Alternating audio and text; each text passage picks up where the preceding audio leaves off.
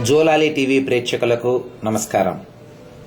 Hudhud తుఫాన్ కారణంగా సర్వస్వం కోల్పోయి అనారోగ్యం బారిన పడిన ప్రజల సంపూర్ణ ఆరోగ్యం కోసం సత్వరం మందులందించి ఆదుకునే ప్రయత్నంలో భాగంగా తిరుపతి నగర పరిధిలోని Sri Sai Sudha multi super speciality hospital వైద్య సిబ్బంది సమిష్టిగా ₹1,00,000 విలువ చేసే మాత్రలు, ఇంజెక్షన్లు, ఇతర మెడిసిన్లను ప్రత్యేక వాహనం ద్వారా విశాఖపట్నంకు పంపే ఏర్పాట్లు చేశారు. ఈ వాహనాన్ని తిరుపతి ఎంపీ వరప్రసాద్, స్థానిక ఎమ్మెల్యే ఎం వెంకటరమణ పచ్చ జెండా ఊపి ప్రారంభించారు. ఈ కార్యక్రమంలో doctor Sukumar, doctor Sudharani, doctor Koduru Balasubrahmanyam, doctor Srihari, doctor రష్ సుబ్రహ్మణ్యంలతో పాటు తెలుగుదేశం నాయకులు దంపూరి భాస్కర్ యాదవ్, నరసింహ యాదవ్, కృష్ణ యాదవ్, అయూబ్ ఖాన్, తెలుగుదేశం మహిళా విభాగం సభ్యులు తదితరులు పాల్గొన్నారు.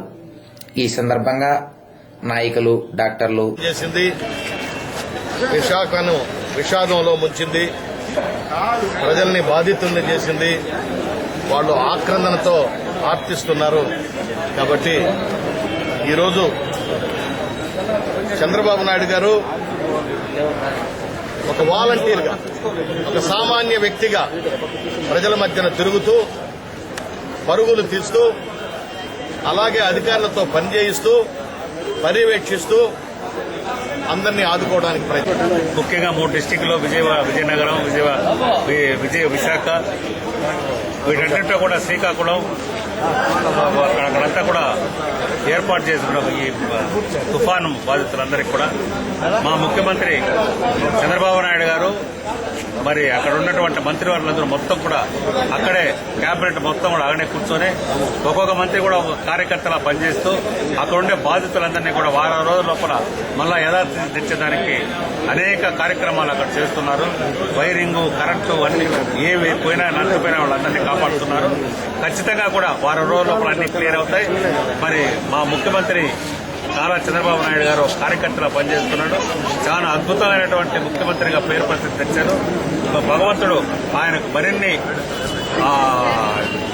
చేసే ధైర్యం ఇవ్వాలని శ్రీ వెంకటేశ్వర స్వామిని కోరుకుంటూ, త్వరలో బాధితులందరూ కూడా మంచి పొజిషన్కి రావాలని దేవదేవుడు శ్రీ వెంకటేశ్వరుని కోరుకుంటూ ఇక్కడి నుంచి ఈరోజు